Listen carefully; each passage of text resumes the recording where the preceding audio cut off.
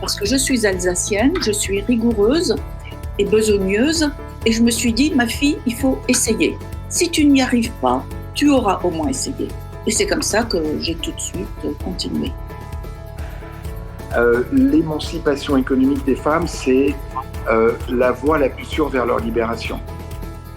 Si je prends l'aspect femmes, les femmes qui représentent la moitié de la force de travail ne représentent que 27% des dirigeantes et ne représentent que 30% des créateurs d'entreprises. Donc il y a encore beaucoup de choses à faire.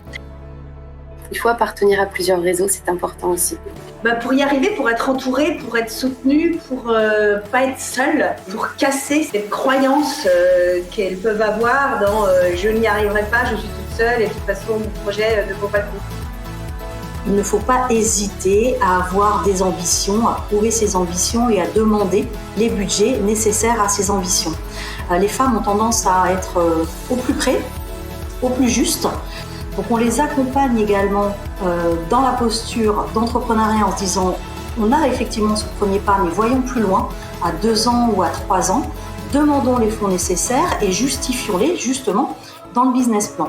On voit que les entreprises de femmes sont beaucoup plus pérennes que les entreprises pour hommes. Pourquoi ? Parce que quand une femme va demander un prêt, elle a tellement recalculé, être sûre d'elle, parce qu'avant d'aller demander quelque chose, une femme, il faut vraiment qu'elle soit sûre.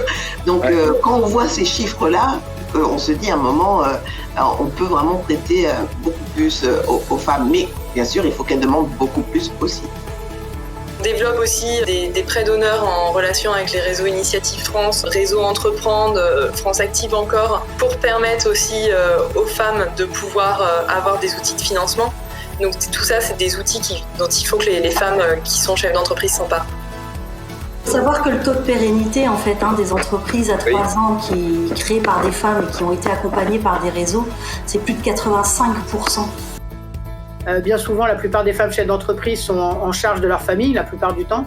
Et donc ça, c'est aussi ce qui fait la différence. On a toutes le même problème de gérer nos agendas. Mais sinon, le fait d'être invincible, oui, le fait qu'on soit toutes ensemble, oui, forcément que ça nous rend forcément plus fortes. On est effectivement des femmes formidables. Je crois que la clé, c'est de s'ouvrir. Mais je crois que si les femmes qui nous écoutent sont là, c'est qu'elles ont déjà bien commencé. Donc, c'est de s'ouvrir, c'est de s'entourer de personnes différentes. Parce que la facilité fait que souvent, on va vers des gens qui nous ressemblent. Donc, s'entourer de personnes différentes, c'est aussi ce qui permettra de sortir de sa zone de confort, d'oser. Il faut adhérer au réseau qui va le mieux convenir à vos envies futures et vraiment vous nourrir de plein de choses. C'est vraiment ça qui va faire qu'à un moment donné, vous allez avoir un déclic. Il y a encore trop d'entrepreneurs qui se lancent sans savoir qu'il existe des institutions qui sont là pour les aider à la création d'entreprises. Or, on sait aujourd'hui que statistiquement, une entreprise aidée, accompagnée, c'est une entreprise qui a plus de chances de survivre. Les startups qui sont dirigées par des femmes sont plus rentables que les startups dirigées par des hommes.